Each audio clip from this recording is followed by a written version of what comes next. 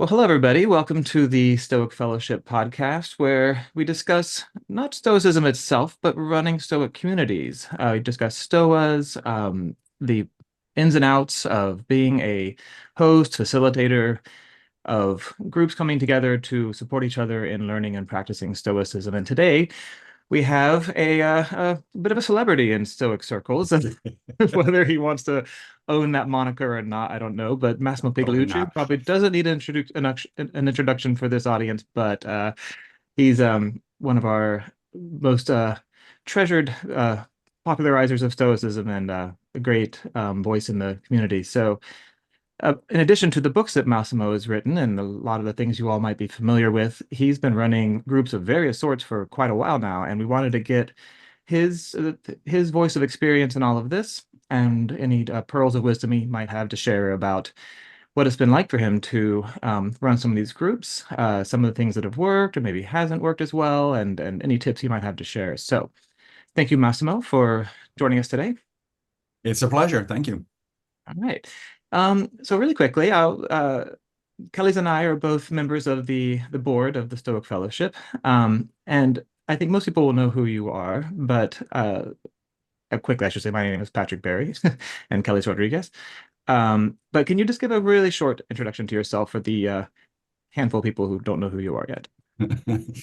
I am an academic philosopher, actually, although my original background is in evolutionary biology. So my first academic career was in biology. Then I switched a number of years ago to philosophy of science.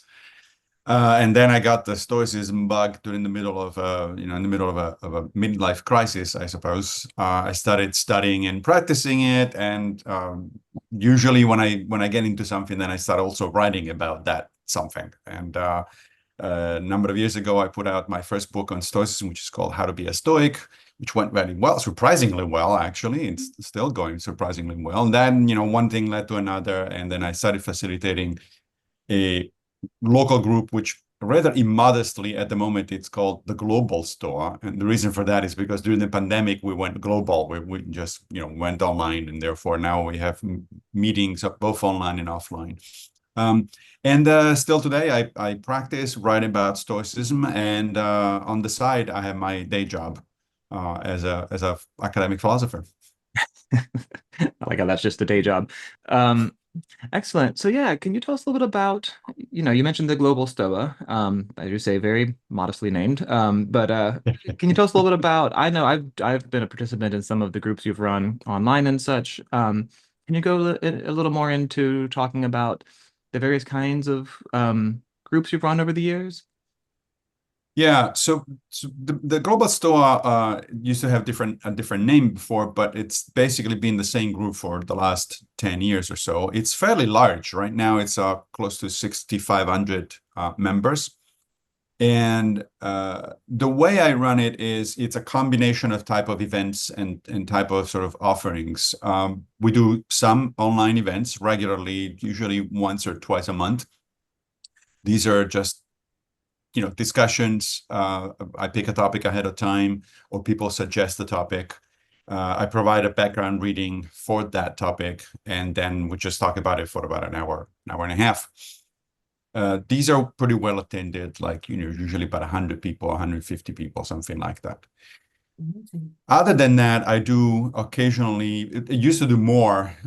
Now it's been more occasional in-person meetings here in New York, and it has become a little bit, so these are smaller, these are like 10, 15 people. We get together and we tend to talk about practice more than theory. So it's a little bit more pragmatically oriented. I'm doing it a little less for two reasons. First of all, because again, during the pandemic, we sort of started doing these things via Zoom and similar platforms. And then people just got used to it, and they kind of like, most people are lazy. They kind of like to have their coffee at home. There it is. While talking to people instead of having to get out. But also because my friend and colleague Greg Lopez, who is also a member of the Stoic Fellowship, as you know, he runs actually a second group here in New York, which is actually a first group because he started it first. And he does a lot of in-person meetings, and I try to go to his meetings when to help co-facilitate whenever I'm in town. So that's another reason. So that's two. And then we do two more things. One is an annual event called Stoic Camp. This is again done with Greg, and we've now been doing it for a number of years. I think this is the seventh or eighth year in a row, or maybe even more. We're having it actually in a little bit at the end of August. It's usually the same location, is outside out of town. We pick a nice place on the Hudson Valley, and it's a retreat. Basically, it's intensive, 3 days. There is a theme every year, and we discuss whatever the theme is. In this year, for instance, the upcoming one is a deep dive into Marcus Aurelius's meditations. And the way it works is, 3 days where we eat and, share meals and everything the whole day together. There are sessions that are mostly discussion based. There are some exercises. We do something like, for instance, if the weather is good, kind of a morning meditation. We get everybody up before sunrise and get them outside and so enjoy the sunrise while meditating on Marcus Aurelius. So that's three. And then the fourth kind of event that I do is at this point twice a year, give or take, depending on the circumstances. I do some intensive seminars. So unlike a workshop, so the Stoic Camp is more like a workshop. We tend to collaborate together on practical things. Seminars tend to be a little bit more sort of lecture style. So I talk a lot. Some might say too much. And but it is still oriented toward an integration of practice and theory. And so every time, it's a different theme. And usually I do them in Europe. For the last one, for example, was in Syracuse this past summer, just a month ago, a couple of months ago, Syracuse, Sicily. And it was about Plato's and Cicero's political philosophy, which seems like it has not much to do with Stoicism, except that Cicero's political philosophy was highly influenced by Panicius, one of the Middle Stoics. And the reason I picked that particular theme is because this year in the United States, it's an election year. It turns out to be an election year also in some European countries, beginning with the UK. And so it's kind of interesting to talk about politics. Politics is one of those things that we don't actually talk a lot from a Stoic perspective. So I thought that was a missing an opportunity. And the choice of Plato and Cicero was topical, as in geographical location. Both of them had spent some time in Syracuse. And so it's kind of nice to get together. The next one is going to be in January in Paris, and we're going to do a sort of anger management workshop, and based on obviously on Seneca, but also on Plutarch, who was not a Stoic, but it was Stoic adjacent, just like Cicero. So that's pretty much the broad view of how we do things.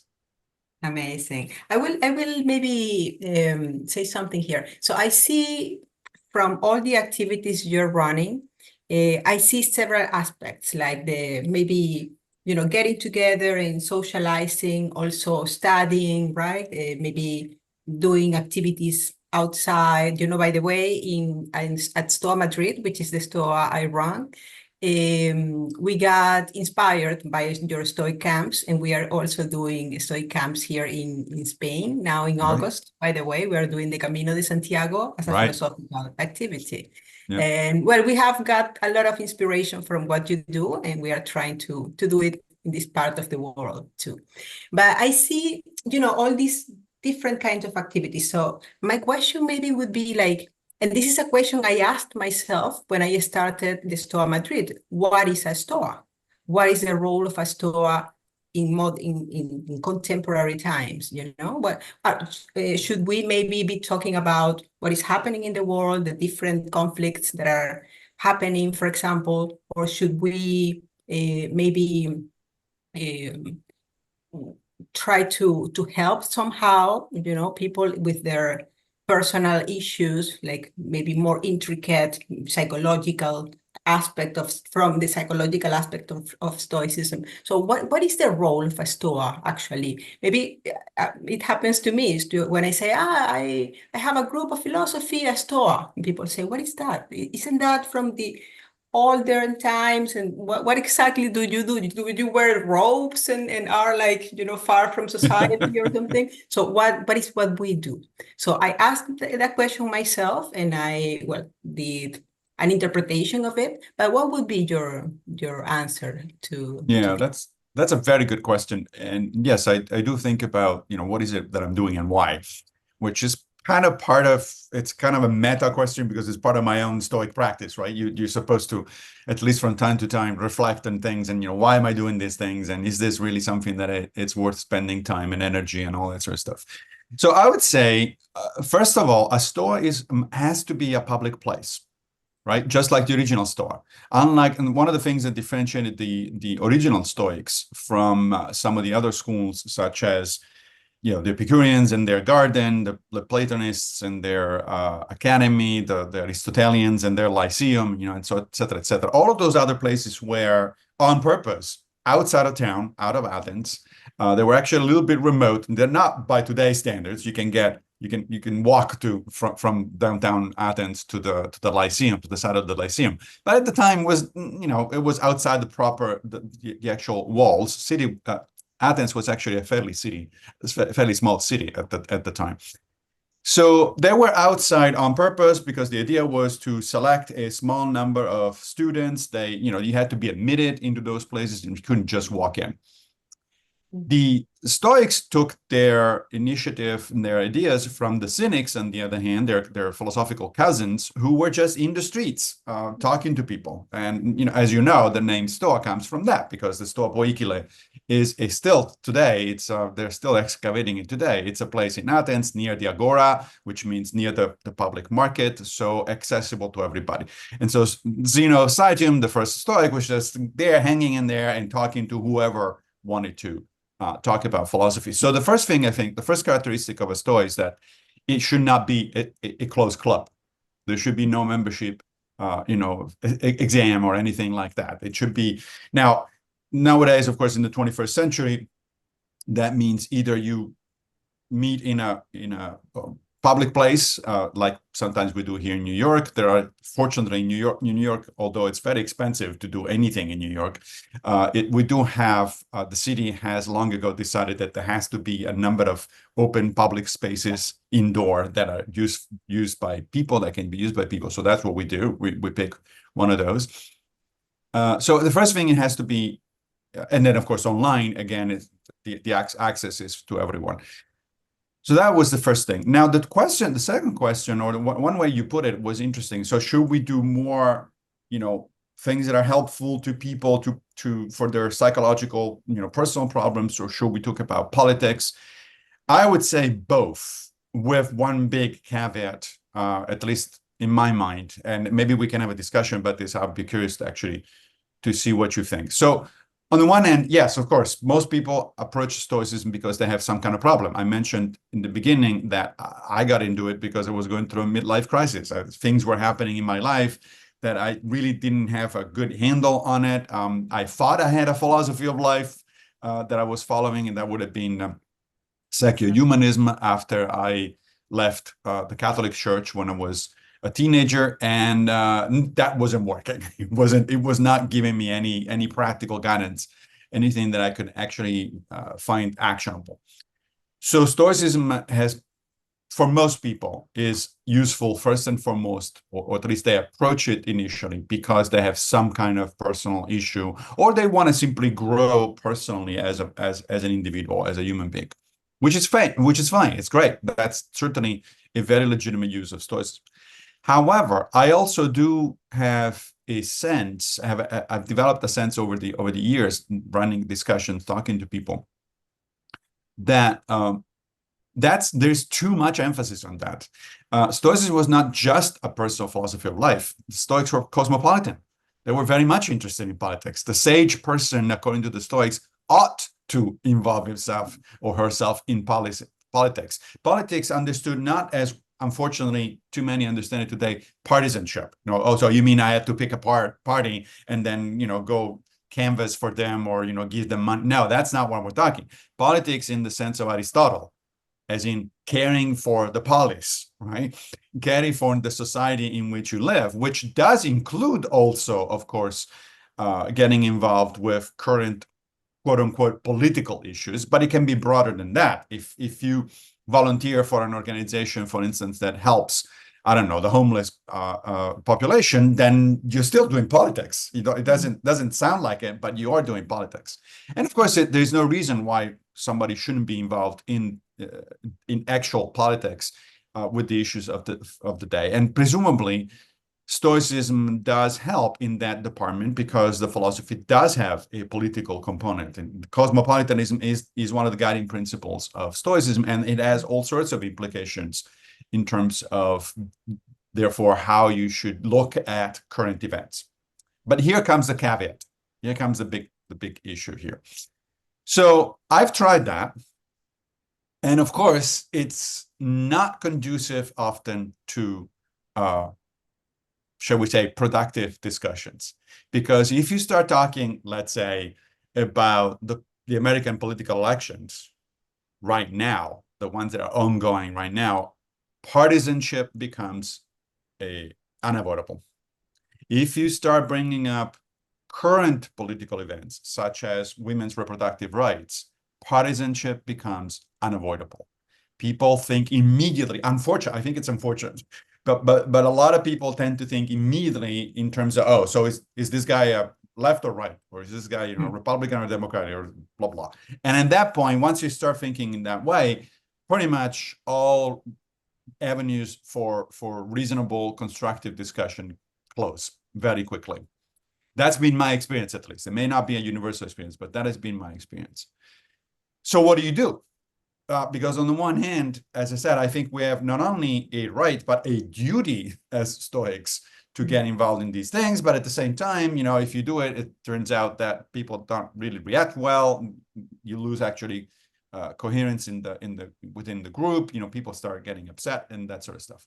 So what I've been trying over a period of years now, and seems to be working okay, is to focus, to have discussions about ancient politics and social issues, right? Back in ancient Greece and Rome. And then invite the group on their own to think about what they learned from that discussion and how it might be applicable to contemporary issues.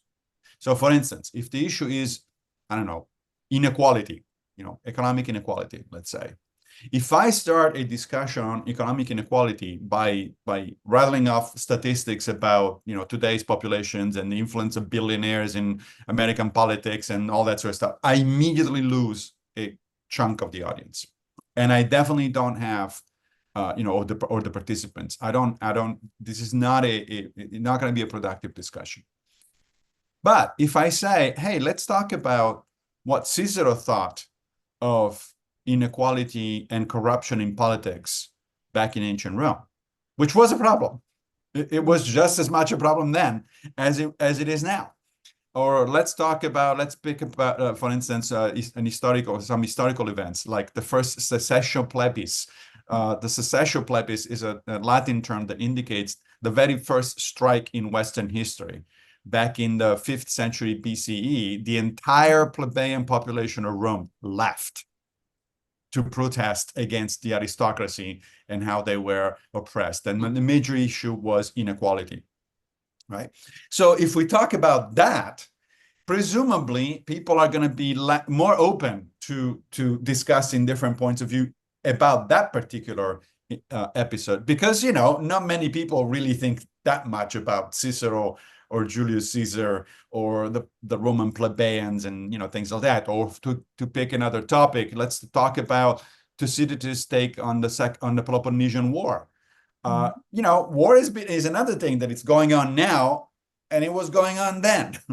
But if we talk about a current conflict, if I start bringing up Ukrainian and Russian, then again, people are going to immediately split along partisan lines. But Athens versus Sparta, it's hard to have, really strong. I mean, people might have opinions, but they're not going to have really strong opinions about or feelings about that sort of stuff. So I found that is a reasonable way to proceed. So I pick a topic along those lines, an example, specific example, or writings that I know from ancient history actually have a obvious connection with ongoing events. And then I invite people to go home and reflect on it, journal about it, use their journal to write to themselves, what do they think about this stuff. And it certainly seems to cause a lot less conflict than otherwise. Yeah, that's interesting. That brings up a couple things. I mean, for one, it's nice to have someone running the group who has that kind of expertise that they can share that kind of historical, those kind of historical examples. I mean, when you were talking about actually engaging a group in discussing, I guess you could say community engagement in some sense, just not use Yeah. the word politics. Um, I agree. That's an interesting side of this that often gets underplayed, right? Often it's so much about just how to handle your own frustrations and your own struggles and Exactly. having a better attitude towards life or a better stance towards the inevitable complications that arise and whatnot.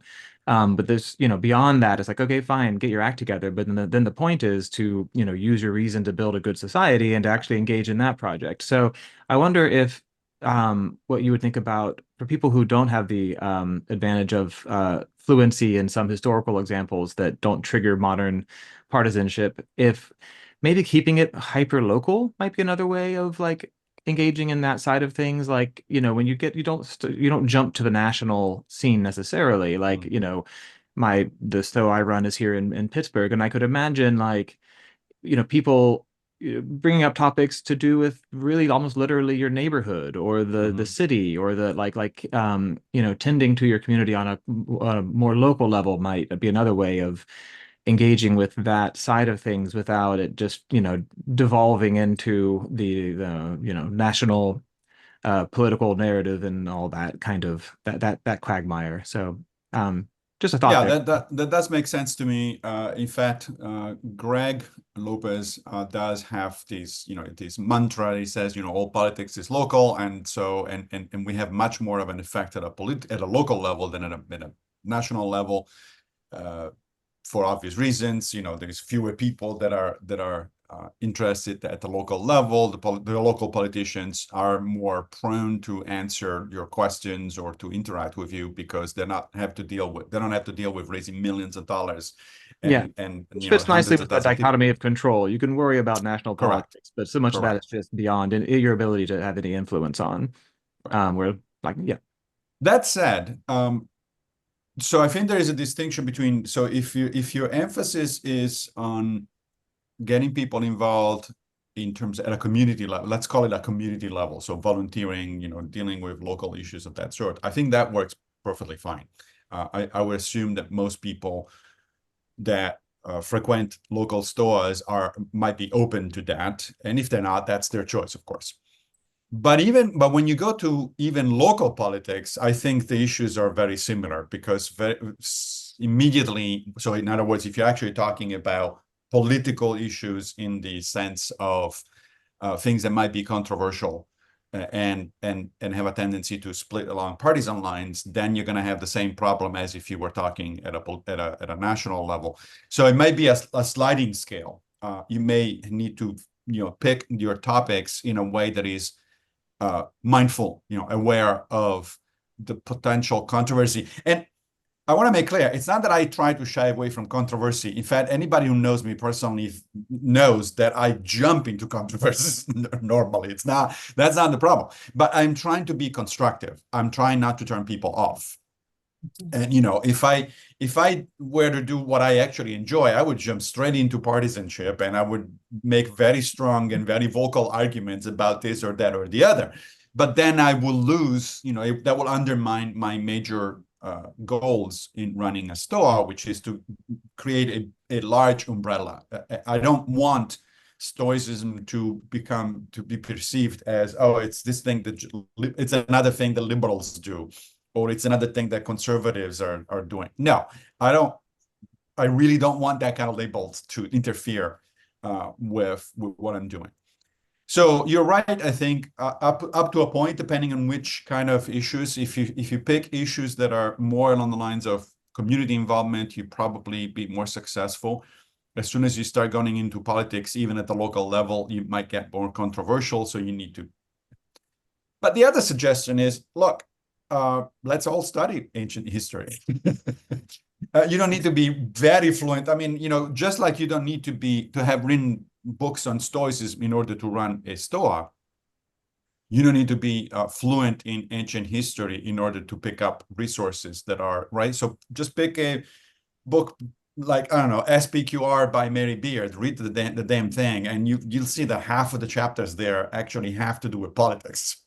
And or social issues, and they may give you some ideas. Or there is another project potentially for the Stoic Fellowship: put together some resources along the lines of what I suggested, so that facilitators can actually do that sort of stuff. You don't have to be an expert. All you have to do is to be able to provide people with minimum background readings, often even a Wikipedia page. Like, for instance, I mentioned earlier the Secessio Plebis, the first strike in history. Well, the Wikipedia page on that one is pretty damn good. You read that, you get a pretty good idea of what happened. And then the issue is the exercise, or the point of discussion, is not just to learn about history, which I think it's worth in and of itself. But it's like, okay, now that we know a little bit more details about what was happening in that particular time and on that particular issue, what would a Stoic do? What would be the Stoic attitude? And let's work that through. So in other words, I don't just want to hear X or Z or Y's personal opinions about what they would do. I want to know, okay, so think in terms of Stoic principles. Is Stoic, somebody informed by Stoic philosophy, how would they deal with that kind of issue? How would they approach it? What would they do? Yeah, that gets to, so bringing it back a bit to the kind of personal psychological side of things. What you were just saying reminds me of a thing that has certainly come up with me in the groups that I've run, is how to handle when people are just giving their own pet theories. Like, this happens a lot, right? Yeah. Someone like having some discussion, and often it has to do more with the personal things and less to do with the communal or polis type things. And someone will present some situation they're facing, and people hopefully offer whatever advice comes to mind. And it may or may not have anything to do with Stoic philosophy. And I imagine you've seen this happen before too in groups you've run. It's like, I think you should do this. It's like, okay. So I wonder if you have any tips for people on, um, you know, how do you handle that? Like, how do you kind of steer things back to like actually trying to apply Stoic principles rather than just sharing your own pet advice? Gentle but firm nudging is the answer. Yeah, you're right. That happens a lot. And what I usually do under those conditions is I let the person speak a little bit. And then, first of all, if they're going on too long, I say, okay, let's get back to a general discussion about this.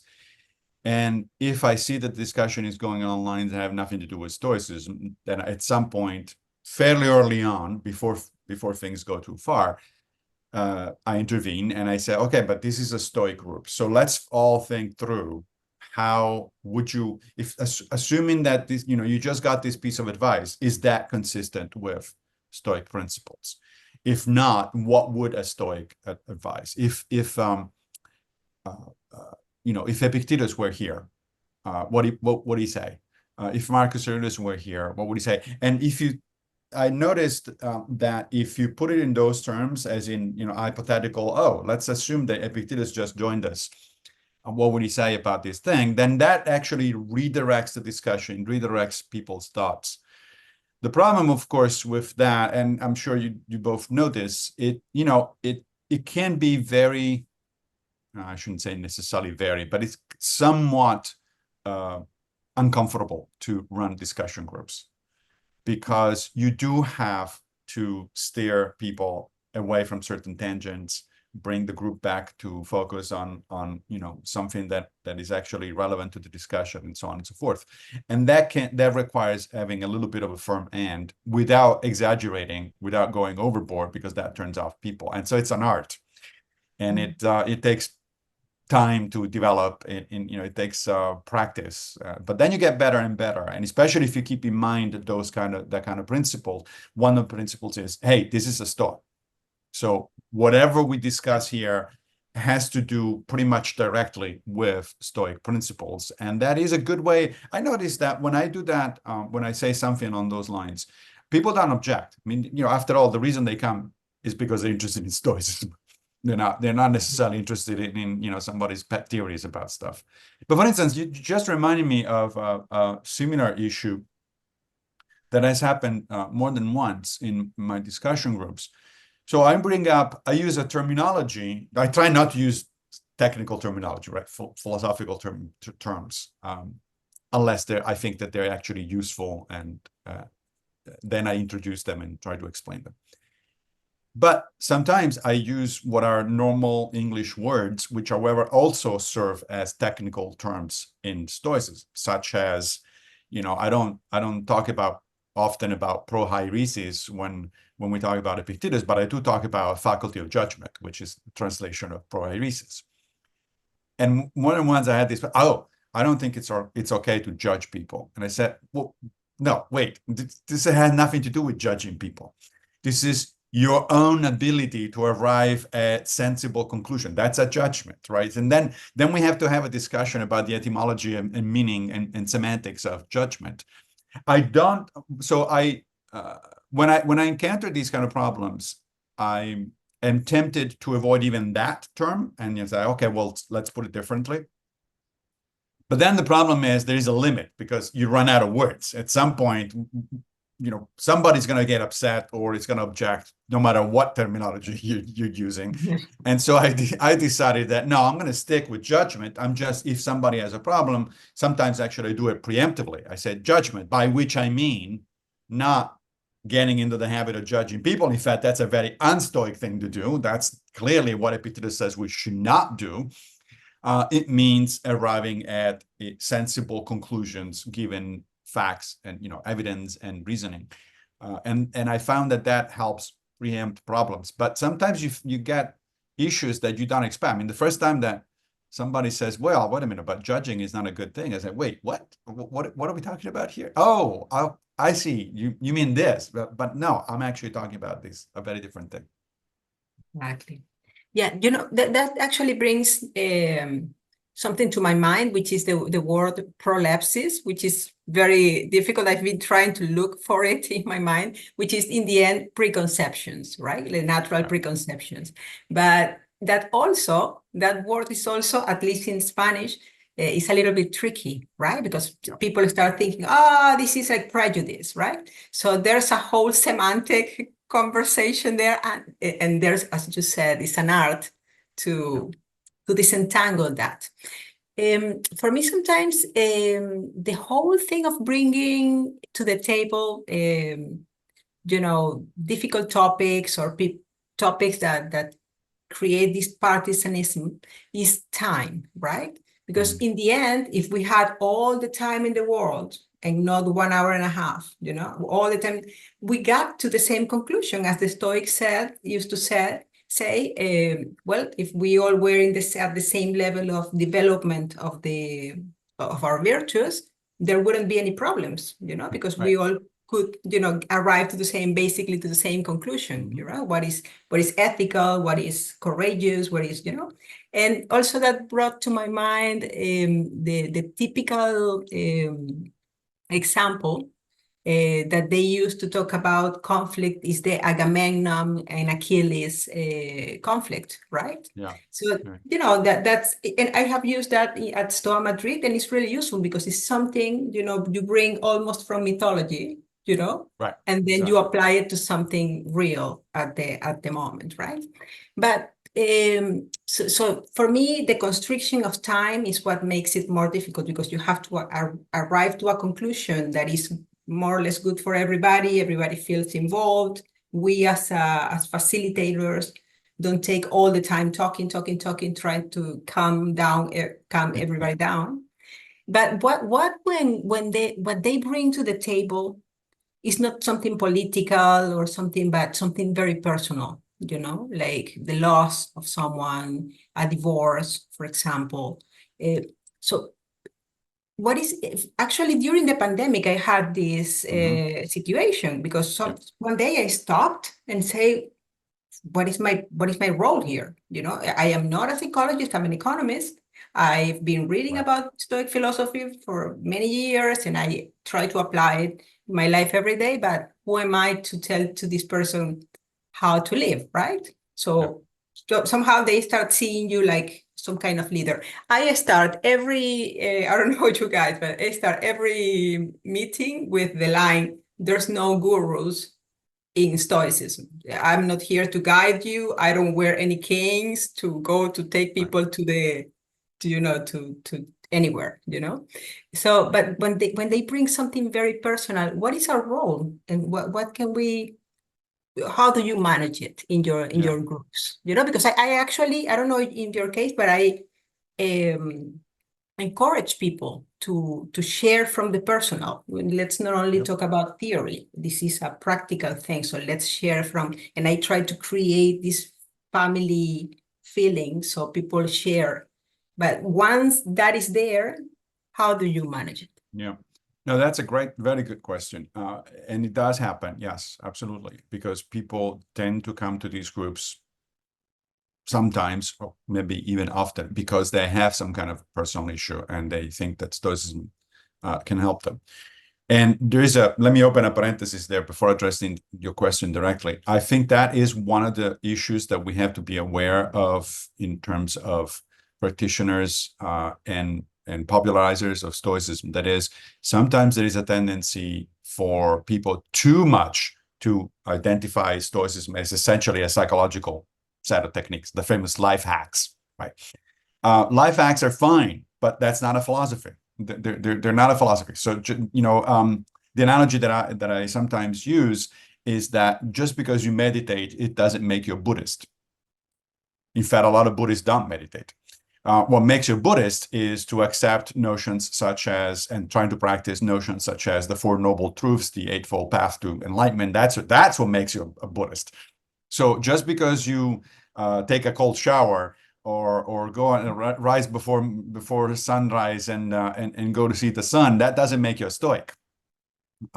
What makes you a Stoic is to try to improve yourself ethically, following either the three disciplines of Epictetus or the four cardinal virtues. That's what makes you a Stoic, and that should be where the conversation is, not moving away a little bit from the sort of life hackery kind of situation. Now, that said, yes, there are people who bring, and in fact, I do encourage them, just like you do. I encourage them to talk about specifics if they feel comfortable about it, of course, and without necessarily going into details that they don't feel comfortable sharing, but sort of at least the general picture. What is it that it's challenging for you right now in your life, and let's work together. The key word there is together. So I'm not going to tell you how to deal with that situation. We are going to work together as a group, right? So the model there should not be Epictetus, it should be Socrates, because the roles are different, right? So Epictetus was a teacher. So when people come to my seminars or to Stoic Camp, I am the teacher. I do play the role of teacher, and it's a different role. Right? They expect me to know more, at least in certain areas of discussion, and they do expect advice from me, and that's fair enough because I'm positioning myself as a teacher under those conditions. But when we have these open discussion groups, I'm not playing the role of Epictetus. I'm playing the role of Socrates. And as you know, that means a couple of things. First of all, you proceed by questions, not answers. Right. So it's, okay, well, that's the situation. So what do you think? What kind of principle, Stoic principle you think applies there? What kind of virtues might be relevant here? That sort of stuff, right? And also, it's interesting, at some point you said, you have to arrive at some point at a conclusion. It's like, I would say, no, we don't. It's you know, a lot of, if you look at a lot of the Socratic dialogues, especially the Platonic ones, as opposed to the ones written by Xenophon, Socrates almost never arrives at a conclusion. It's the final situation is what the ancient Greeks called aporia, which literally means confusion. So the point of Socrates is trying to confuse people, not to give them answers. Now that sounds strange. Like, what do you mean? People look for answers, not for confusion.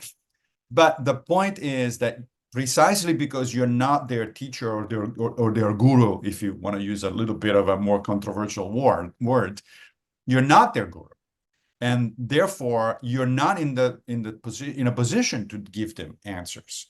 What you want is to dislodge them from the kind of preconceptions, you used that word a minute ago, that they probably have about that problem or the way to approach that issue. So you want to make them actually think. You want to make them less sure of what the answer is and trying to open up their minds and explore different possibilities. You want to involve as many people as possible in the group in terms of, so what do you think?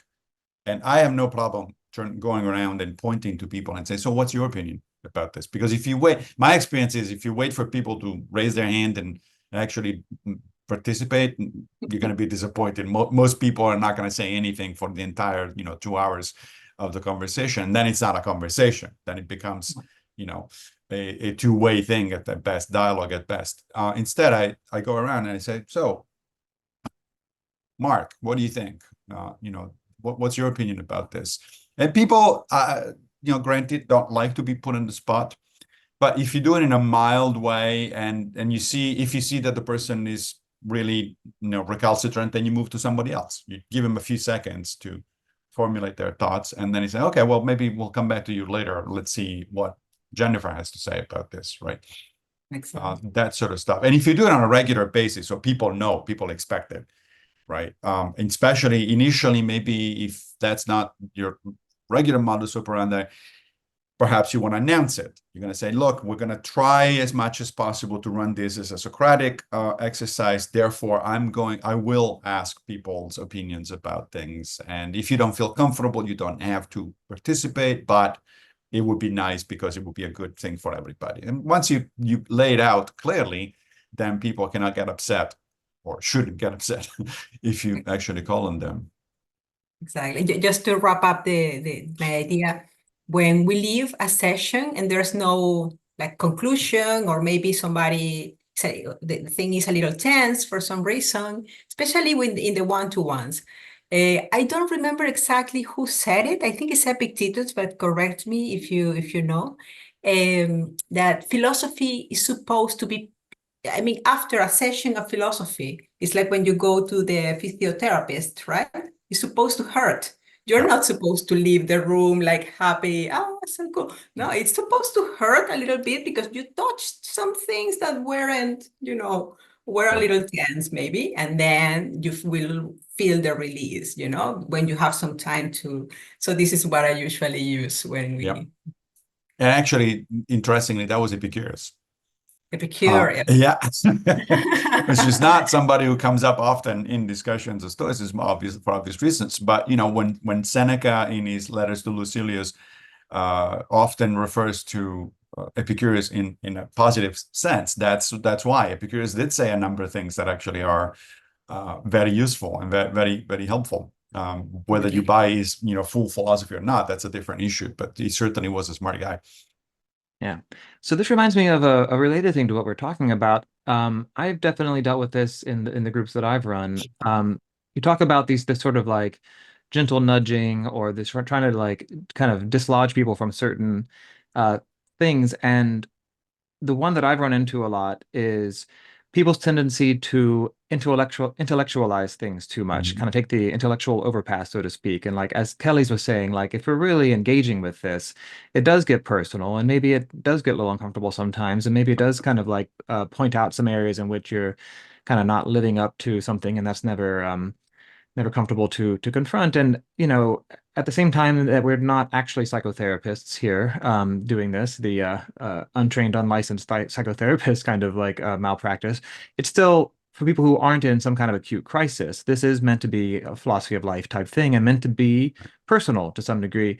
And I've noticed a lot that in conversations, people will tend to kind of, it's almost like they have this academic mode, maybe especially people who have advanced degrees and such, and they can very easily slip into intellectualization mode. And I Mhm. wonder if you've seen this in your groups, and if you have ways, especially things like the Stoic camp, where it really is like a retreat and you're trying to go a little deeper.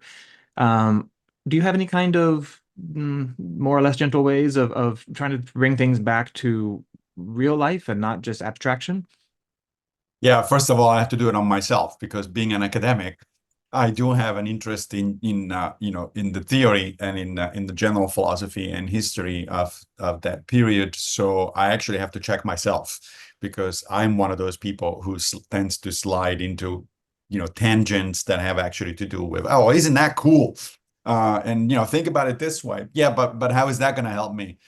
In the day-to-day life. So I try to check myself first and foremost, and that also makes me a little bit more tolerant when other people do it because yeah, I recognize the tendency. I know where you're going. I would probably do the same. But yes, again, we're talking about the same general approach of gentle but firm nudging. And one of the things that I keep in mind, so when I do that kind of nudging, I keep in mind certain specific references to Stoicism. So, for instance, I say, that's interesting, but this is getting a little too theoretical. And as Epictetus says, the theory without the practice is useless. You're actually wasting your time, which is not to say that the theory is not important. I mean, there is also, in reality, I've observed both tendencies, right? On the one hand, the one you're talking about, sort of the intellectualization of Stoicism, which is not really surprising because Stoicism was informed directly, inspired directly by Socrates. And Socrates' philosophy is highly intellectualized.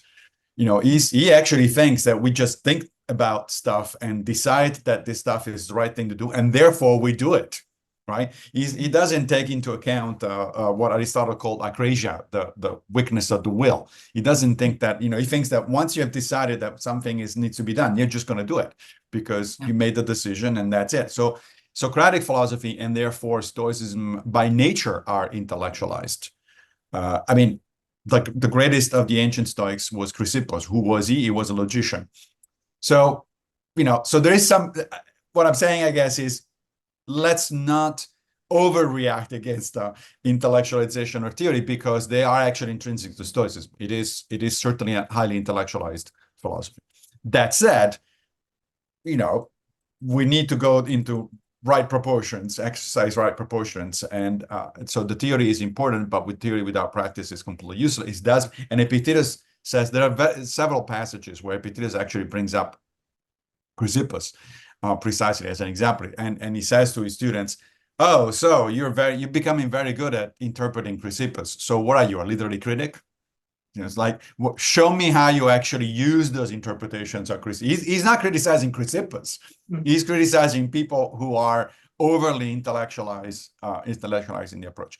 But there's also the opposite issue, which is what I was mentioning a minute ago, that is too much focus on tricks and techniques and life hackery and that sort of stuff. And then it becomes a situation where Stoicism is not really a philosophy. I mean, right? Philosophy means a whole way of looking at things, a whole system of thought.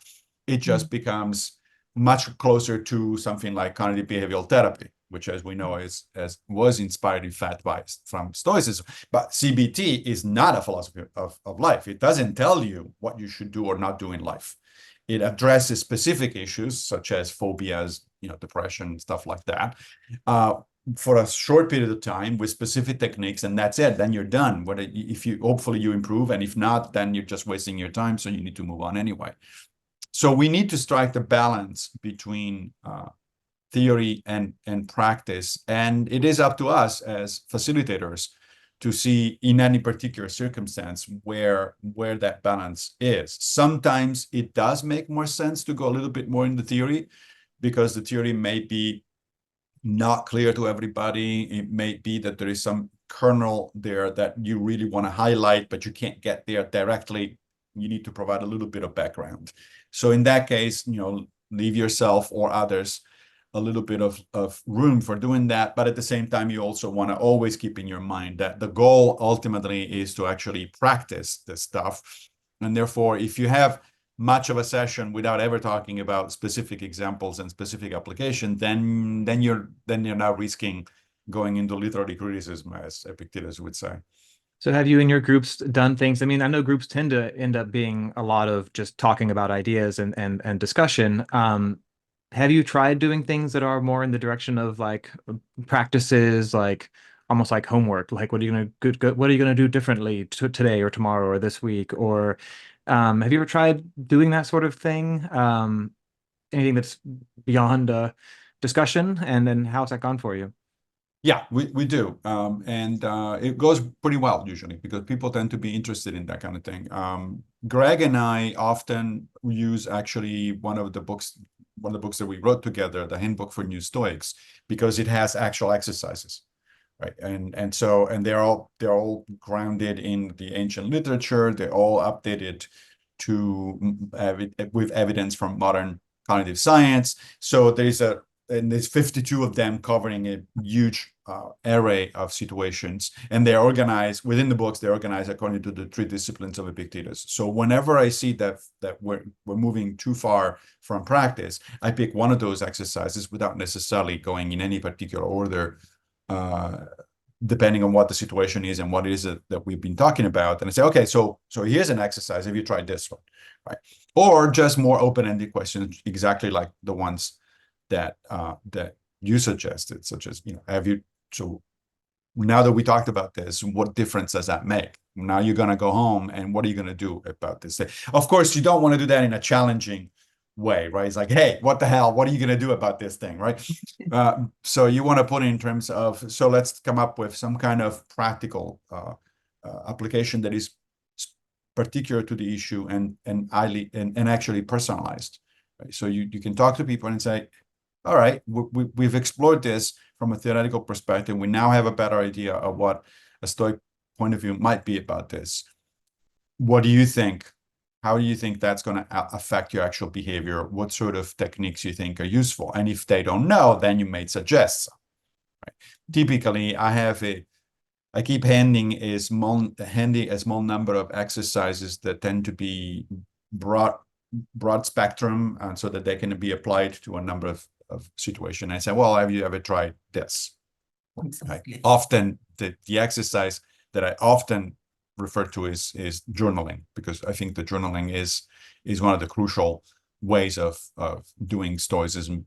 It's a way to keep track of your progress. It's a way. It's a good moment to ask yourself critical questions and trying to answer them just to yourself, and therefore presumably not lying and not shielding yourself from the truth, that sort of stuff. But then we also talk about the limitations of journaling. So one of the problems with journaling, of course, is precisely you're doing it to yourself. Therefore, you don't have any external reference point, right? There's nobody there says, wait a minute, that sounds like bullshit to me. Right. So I said, and I bring that up, and I said, well, that's one of the reasons the Stoics had emphasized the importance of friendship, and as well as of role models, right? Because the idea is, both with friends and with role models, is that those are external standards. Those are, you go out with a friend, and if it is a friend of virtue, if it is somebody who actually cares about you and about helping you, you can, in fact, have a conversation with that person that is frank about a particular problem, especially if you bring it up and you say, look, I don't sugarcoat it. I really want to make progress about this thing. So what do you think? Tell me. Now, of course, even friends are not necessarily completely objective, or they may not be entirely, comfortable with telling you truth. That's why you also use the notion of role models. That's why you also go back and often reread the texts, because you will find things in Epictetus or Seneca that are germane to your problem. And so you want to, and of course, the last resort is, if your problem really is persistent and well-defined, you can also go to therapy. I do remind people that CBT is an option, not Freudian therapy, not Jungian therapy. Don't do that. But CBT is an option. And you want to remind people that it's like, look, if issue is very specific, it can be handled by therapists. And a therapist, of course, is an objective. I mean, that's the whole point of a therapist, is somebody who doesn't have a emotional stake into the situation, and he's a professional. That said, always remember, therapy is not philosophy. They're not the same thing, right? So, So we're coming although up. maybe Oh, they should like go hand in hand, right? Like I am impressed that for example the reason I knew about Stoicism was through REBT from Albert Mhm. Ellis. Right. And I fell in love with the approach. I looked for a therapist for myself as a patient. I took some sessions, and I was like, it blew my mind. So maybe this is a question for another talk, like why CBT and not REBT, which is, in my opinion, is closer, more. Yeah. Yeah, it's closer to Stoicism, but maybe this is something for another Yeah, we talk. could discuss that another time. But I think the general issue of what is the relationship between philosophy and psychotherapy is an important one. Yeah. And it depends crucially on one thing, I think. Whether the person adopts a sort of disease-based or pathology-based view of psychotherapy, or whether one buys into so-called positive psychology. So for most of this sort of psychology and psychotherapy, the model was that of a pathology. You have a problem, right? So you have a phobia, you suffer from depression, you're bipolar, whatever it is that's going on, that's a pathology, which doesn't have any implications of, moral, any kind of moral implications. You're not a bad person because you suffer from this or that condition. It's just as if you were going to the doctor, to the regular, your general practitioner, and you say, I have a pain in my leg. It's not your fault. It's just a pain in the leg, and presumably the doctor is going to try to help you with that, right? Now, so that's one model of psychotherapy. That model, I think, has very little to do with philosophy, because it addresses specific issues with specific techniques, and it is limited to that. It doesn't give you this general picture of how do you want to live your life. However, over the last 10 or 20 years, some psychologists have in fact embraced a more broad, more encompassing model of what is called sometimes positive psychology. That is, the idea is that psychology can actually help people live a better life, on an empirically based fashion. That is, psychologists know, because they do research, what works and doesn't work for human beings, what increases well-being, what increases, tranquility, whatever it is. Therefore, and now that approach does blend significantly with philosophy. In fact, I would say that the Stoics were the first positive psychologists, in a sense, because the Stoics argued that ethics, understood broadly as they understood it, as the study of how to live your life, is an empirical science. It's Exactly. they thought, right, so they insisted that the way you learn how to live your life is by studying physis, that is natural science, and logic.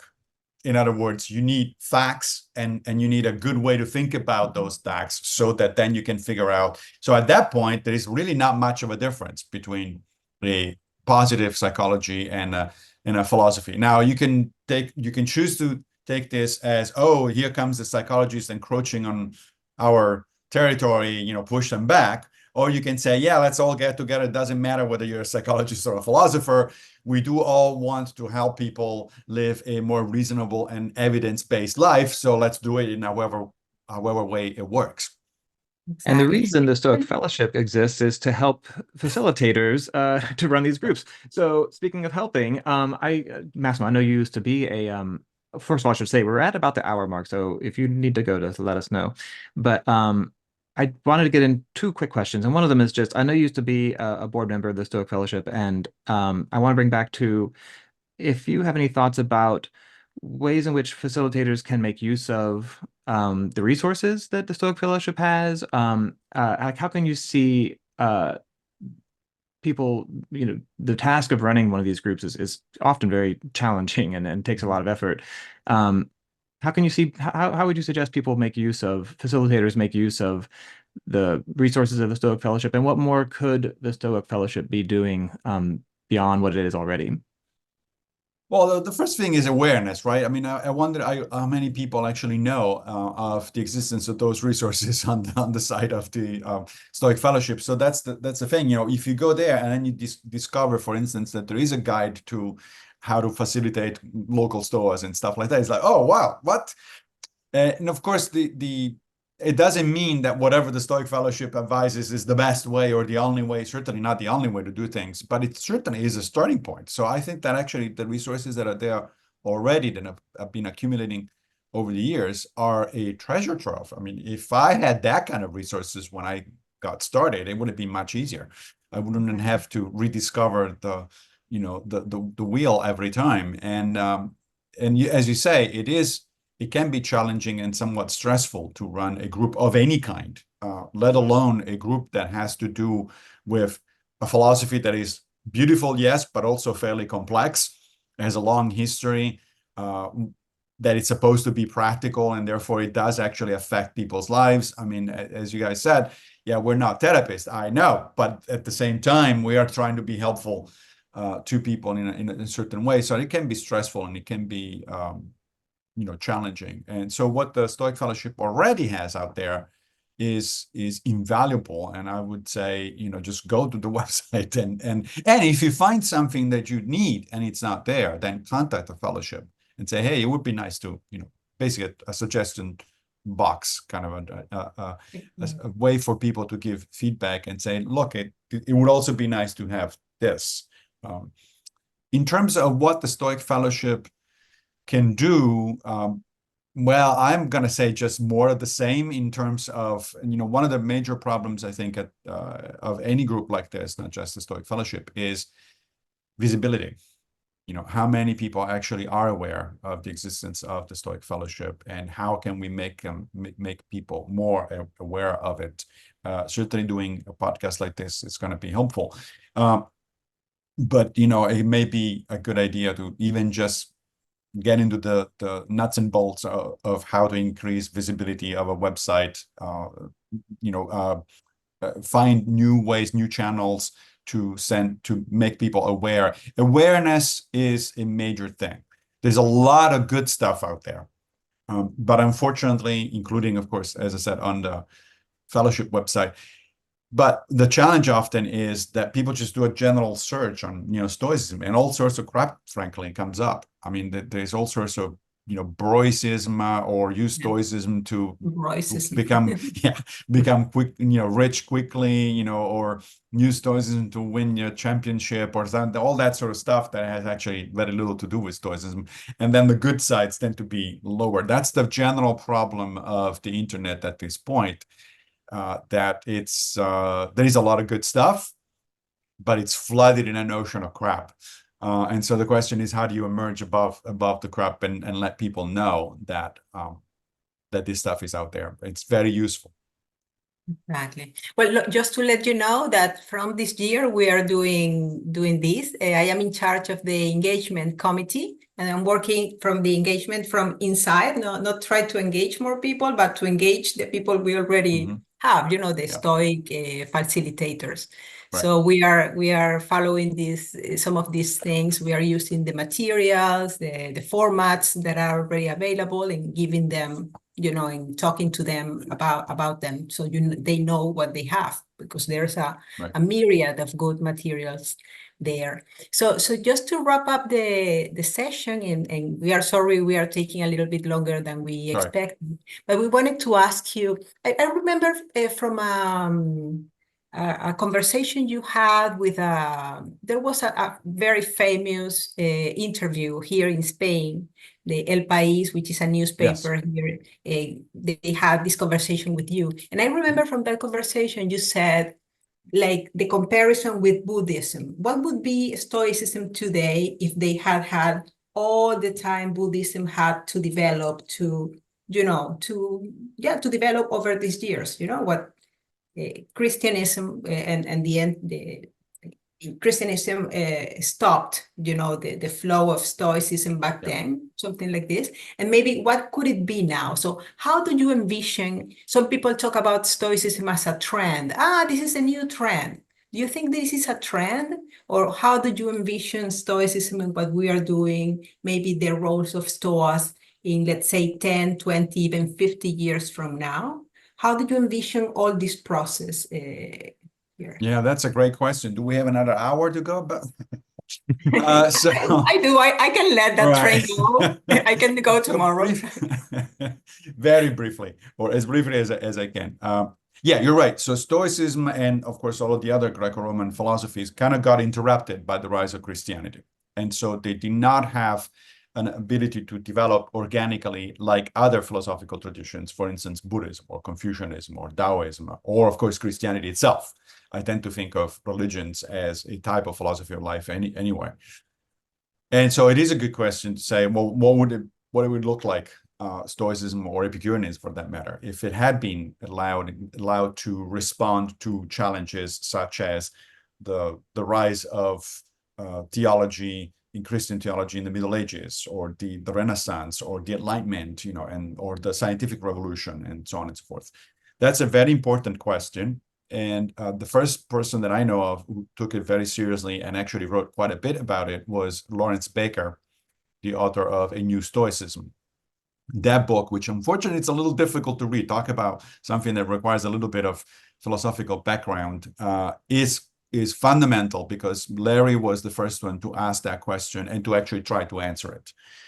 And the general outline of his answer is that Stoicism would have changed and it would have taken on board especially advances in the sciences.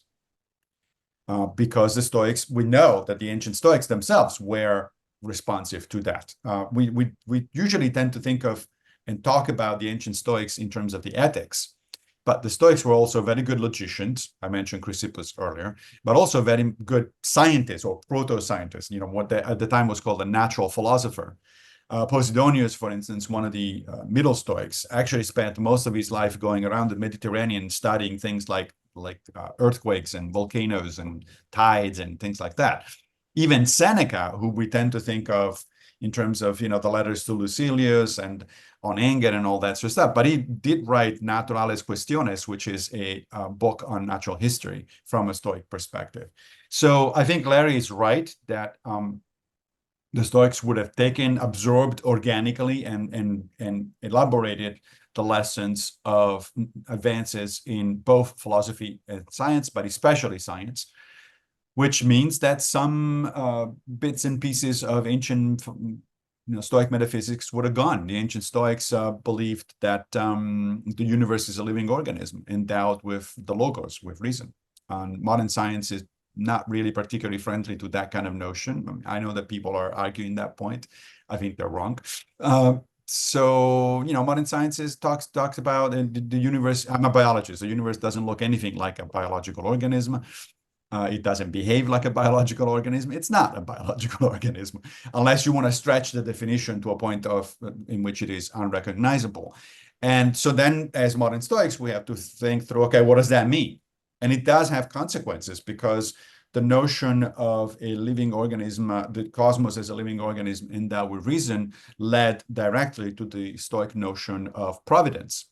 The idea that whatever we do is actually for the good of the universe, including things that are bad for us. So when we die, or when some of our loved ones die, that's actually somehow helpful for the universe. And so it should be a source of comfort and even joy.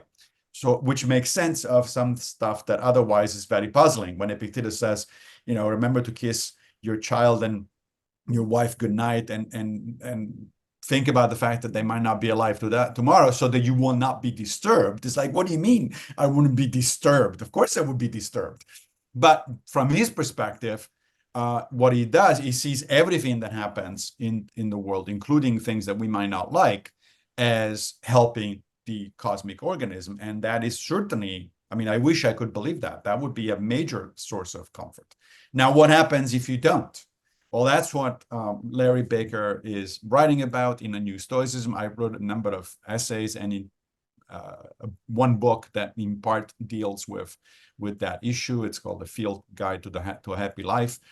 So, and we're still working on it. I mean, modern Stoics, several modern Stoics. I actually, on my Substack newsletter some time ago, I ran a 7-part series that was exploring precisely that question, including taking a look at how different modern Stoics, from Larry Baker, already mentioned, to Chris Gill, to others, have actually dealt with that question. So we need to do some work to catch up. I mean, that's on the one hand, that's frustrating, because all of a sudden we have to go from the 3rd century of the modern era to the 21st, and we don't really know what would have happened in between. But at the same time, it's kind of exciting, because like, wow, there's a whole field there that it's open, and for discussion and exploration. And specifically, like stoas, I mean, it seems like this whole movement of having local stoas is a fairly nascent thing, right? This hasn't been going on for so long. I mean, I think Right. some of the oldest stoas that exist have only been maybe 10 years, maybe 15. Like, Yeah. so going forward, how, like, do you ever think about like how that could evolve over the next, say, 20 to 50 years, or what do you think it's good to stay small and local the way it is, or I don't know if you have any thoughts in that about how you see this going, Yeah. decades to I'm come. gonna, yeah, I thought about that, and my answer is gonna be very boring. Yeah, I think we need more of the same, much more of the same, but more of the same, Uh-huh. in this sense. So the local stoas basically mimic what was happening in ancient times, right? You have a group of people who are interested in stoas, and they come together. It's a public thing, as we were saying earlier, and open to everybody. If we start, aggregating things and creating sort of local authorities or national or supranational authorities, now you have to ask yourself, well, who's going to be the Pope of Stoicism? And I don't think we want a Pope of Stoicism. We don't want any kind of central operation. We don't even want, I mean, I've heard some people saying, oh, it would be nice to have a building that we could, purchase or rent, and have it basically create like a situation similar to a church. I think that's a really bad idea, because Stoicism is not a religion. I did say a minute ago that religions are a type of philosophy, but that doesn't mean the philosophies should actually behave like religions. We don't want dogmas. We don't want somebody in charge at a supranational level and telling us what to do and how to think about it. We want the movement to be organic. And Kelly mentioned the word trend. A trend is a good thing if it keeps going, and it is, as opposed to a fashion, right? So a fashion is something that comes and goes. But if we do manage over the next 20, 30, 50 years to have Stoicism keep trending up, what I imagine is an increasing number of practitioners and local stoas all over the world. You know that nice map that the Stoic Fellowship has on their website with all the dots that indicate the stoas. I love to see the planet covered with that kind of situation. That's, on one hand, it's kind of boring, as I said, because it's like it just means doing a lot more of what we're already doing. But at the same time, if something is working well, why the hell would you want to do something different? Especially considering the potential dangers of doing things like organizing structures and going a little bit too churchy. Well said. I'm not looking for new hierarchies myself either. Give me just a That's moment, Patrick, yeah, just, yeah, just please. to make a comment here, because I have been receiving this comment lately, even in the group of facilitators. We are meeting monthly now with the facilitators, and some of them are a little afraid to go proselytistic, you could say, to do some proselytism, like they don't want to, to be perceived as they are trying to convert others, or Right. so somehow some of them, not all of them, but some of them, they prefer to keep it quiet. And well, maybe if we get a couple more, and I am more in the thing like, let's show people what we're doing and how this is practiced. And so maybe you have a line for them, I've those heard the who think same. we should keep it quiet instead of Yeah, I've heard the same, people being worried about proselytizing. What is wrong with proselytizing? If you have a good idea, why would you not share it with other people? I mean, proselytizing, of course, is a loaded word because it tends to have a negative connotation. But what about teaching? Nobody presumably would object to teaching, right? So Profess, if you, right? But we're yeah, professing or yeah, professors. we are professing, as in, telling other people, hey, is this thing. Now, you're not forcing anybody. You're not trying to enforce, as we just said, a hierarchy or a set of dogmas or anything like that. It's an entirely open process. So why not let people, that, hey, there is this interesting approach that has been around for 2.5 millennia. It has worked very well. It's helping people since then, and why not, right? I wish I'd known about Stoicism earlier. I studied philosophy in high school in Italy, and I never heard of Stoicism. I studied philosophy at a graduate level and a PhD level, and I took a course on ancient philosophy, and the Stoics were not even mentioned. So it's like, why? Why not? When of course, I knew about Seneca and Marcus Aurelius because I bumped into them I bumped into Marcus Aurelius on my own. Seneca I actually translated from Latin when I was in high school, although I never actually connected the two of them until much later on, right? It's like, oh, these are both Stoics? Oh, that's interesting. But honestly, I never heard of Epictetus until 10 years ago. How is that possible? Epictetus used to be a household name.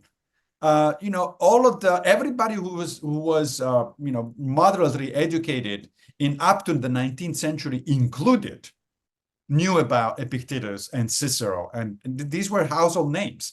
Why do we live in a time where these major thinkers of antiquity are not known? It's not like we don't care about any thinker from antiquity, because everybody's heard of Socrates, everybody's heard of Epicurus. They might not know anything about him, but they at least heard the name. But nobody's heard of Epictetus. Why the hell not? So I don't think there is anything wrong. I wouldn't put it in terms of proselytizing, but in terms of spreading the word, teaching, inviting people, making sure, stress the emphasis on the notion that there are no dogmas, that this is an open and entirely voluntary process. Why would you not want to, if Stoicism has been helpful to you, isn't it a little bit selfish and unstoic not to want to share with other people? What do you want? You want to create your little garden like Epicurus did and just fence it off so that people don't come in? That doesn't seem like a good thing. Well, I think people are starting to know more and more about Epictetus, thanks in some part to you. So thank you, Massimo, for talking with us today. We should let you go, but we really appreciate getting your perspectives and hearing about your experiences running groups like this. And is there a good place people who'd like to find out more about you and your writings and such? A good place for them to. Thank you. First of all, thanks for having me. This was a lot of fun.